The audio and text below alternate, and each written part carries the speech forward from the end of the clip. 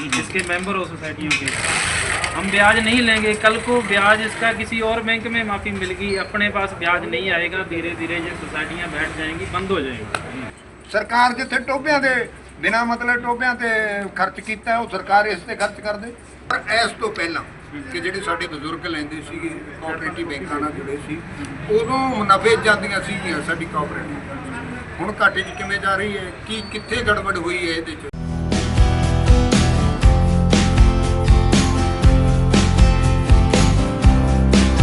Bhumika, a science student from SVS Kerala, and here we are provided with fully equipped and specific labs for physics, chemistry and biology. Classrooms are equipped with high-tech gadgets like smartboards. Teachers are highly experienced. Students are prepared for competitive exams like JEE and NEET along with CBSE curriculum. Hello, I am Tamanna. मैं SVS Kerwala की student हूँ। मेरा national level long jump में selection हुआ है और आज 15+ students की स्टेट लेवल और 2 स्टूडेंट की नेशनल लेवल पर सिलेक्शन हुआ है। हमारे यहाँ पर mainly volleyball, kho kho, weight lifting, athletics, cycling की प्रैक्टिस करवाई जाती है। I am very proud to be a part of एसविएस।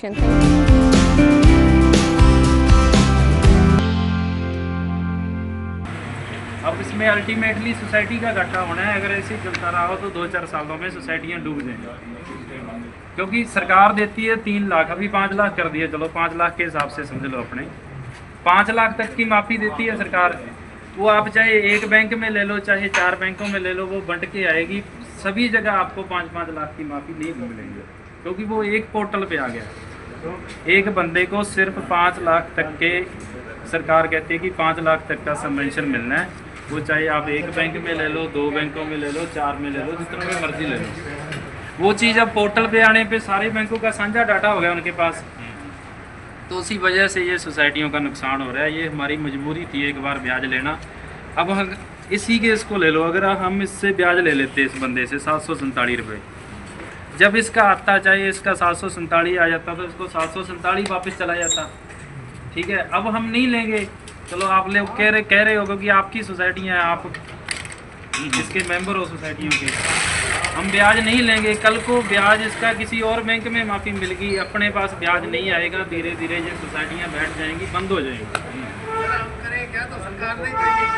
देखो खाता तो बढ़ाते हैं नहीं वो ठीक है, वो अलग 1500 रुपये खा दो नहीं। आपका देखो वैसे ये अपना मसला नहीं था बातचीत का, आपकी इजाजत लेके कि नहीं कोई बात नहीं, कोई बात नहीं, कोई नहीं।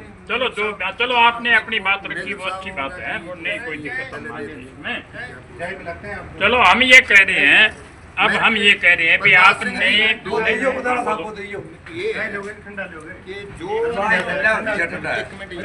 जो सेंटर सरकार कह रही है कि जो हमने ब्याज माफ किया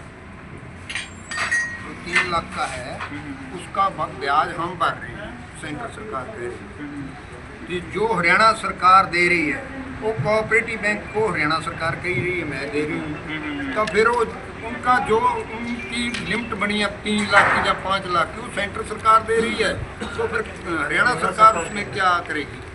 हरियाणा सरकार का क्या रोल है? हरियाणा सरकार का तो जो ये कोऑपरेटिव 5 लाख शुरू हो गया, वो तो हो गया ही। पर आप खुद सोचो आपकी कितनी 5 लाख तक की। मैं मेरी गल सुन लो पहले, मैं यही गल कर रहा भी सेंटर सरकार सानू की दे रही है, हरियाणा सरकार सानू की दे रही है।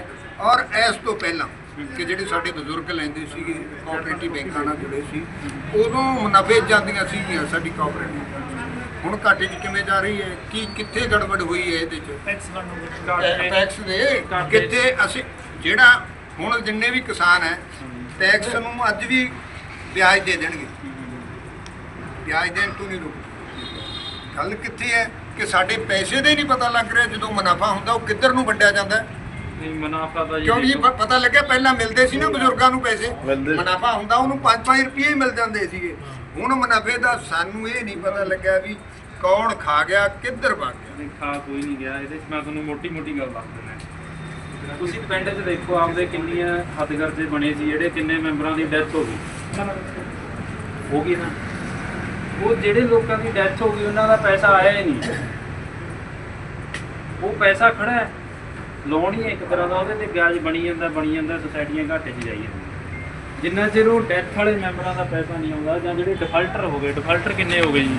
ਅਸੀਂ ਹੁਣ ਜ਼ਮੀਨ ਤਾਂ ਲੈ ਨਹੀਂ ਰੱਖੀ ਕਿਸੇ ਲਈ, ਕੋਈ ਵੀ ਕੇਸ ਕਰਦੀ ਹੈ ਜਾਂ ਕੁਝ ਕਰਦੀ ਹੈ, ਇਹ ਤਾਂ ਬਿਨਾਂ ਉਹਦੇ ਤੋਂ ਹੈ ਨਾ, ਬਿਨਾਂ ਜ਼ਮੀਨ ਤੋਂ MCL ਹੈ, ਤਾਂ ਫਿਰ ਉਹਦਾ ਕੀ ਕਰ ਲਾਂਗੇ? ਕੋਰਟ ਕੇਸ ਨਹੀਂ ਹੁੰਦਾ, ਕੁਝ ਨਹੀਂ ਹੁੰਦਾ, ਉਹਦੇ 'ਚ ਹੋ ਕੀ ਸਕਦਾ? ਭਾਈਚਾਰੇ ਨਾਲ ਚੱਲਦਾ, ਲੋਕ ਨਹੀਂ ਦੇ ਰਹੇ ਤਾਂ ਉਹ ਡੁੱਬੀ ਜਾ ਰਿਹਾ। ਨਹੀਂ ਜੀ ਨਹੀਂ, ਉਸ ਦੇ ਭਾਈਚਾਰੇ 'ਚ ਲੋਕ ਨਹੀਂ ਹੈ। ਜੇ ਮੇਰੇ ਬਾਪ ਨੇ ਕਰਜ਼ਾ ਲਿਆ ਨਾ, ਤਾਂ ਮੈਂ ਇੱਕ ਚੀਜ਼ ਦੱਸਦਾ ਕਿ ਮੇਰਾ ਜੇ MCL ਮੇਰਾ ਪਹਿਲਾਂ ਹੈ ਨਹੀਂ, ਜੇ ਮੇਰਾ ਹੈਗਾ ਤਾਂ ਮੇਰੇ ਬੇਟੇ ਦਾ ਹੈ ਨਹੀਂ, ਤਾਂ ਮੇਰੇ ਬਾਪ ਵਾਲਾ ਕਰਜ਼ਾ ਮੇਰੇ ਬੇਟੇ ਦੇ ਨਾਲ ਵੀ ਕਰਾਉਣ ਨੂੰ ਤਿਆਰ ਹਾਂ, ਪਰ ਉਹਨੂੰ ਸਹੀ ਕਿਉਂ ਨਹੀਂ ਕੀਤਾ ਜਾਂਦਾ? ਉਹਦੇ 'ਚ ਚੱਕਰ ਇਹ ਹੈ, ਮੰਨ ਲਓ ਕਿਸੇ ਦਾ ਇੱਕ ਬੰਦੇ ਦੀ ਡੈਥ ਹੋ गई, सर इसमें ना आप एक बात सुनो, इसमें जो नए मेंबर बनाने की जो समस्या है वो आ रही है। अगर आप नए मेंबर बनाओगे, अच्छे लोग आपसे जुड़े सोसाइटी में, तो उसमें दिक्कत क्या है? ये तो मेरा इसमें पर्सनल ओपिनियन भी ये है कि जिसकी डेथ हो जाती है उसकी फैमिली में आगे एक MCL बनना चाहिए।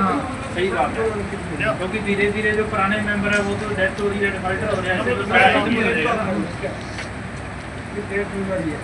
हम चाहते हैं मेंबर जुड़ेंगे तो इसमें आप स्टेट लेवल पे मुहिम चलाओ, स्टेट लेवल से अगर कोई चीज़ हो भी आती है, MCL की कोई गाइडेंस आती है, तो हम तो तैयार बैठे हैं, बना देंगे, कोई दिक्कत नहीं।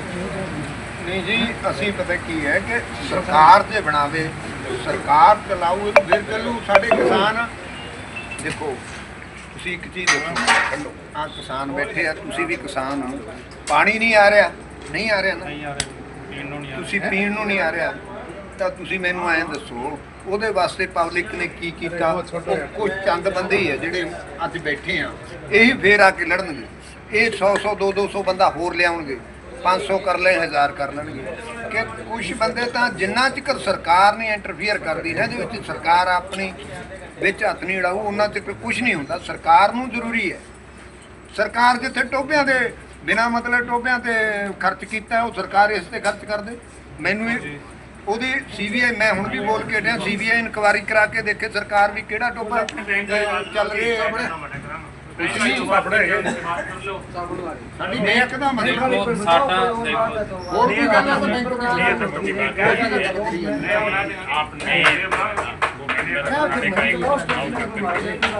जैसे भी तो आगे तो सरकार की मर्जी है, जैसे भी तो अब आपका ये लगता है कि आप हम इसकी घोषणा करते हैं कि ब्याज माफी की घोषणा हो।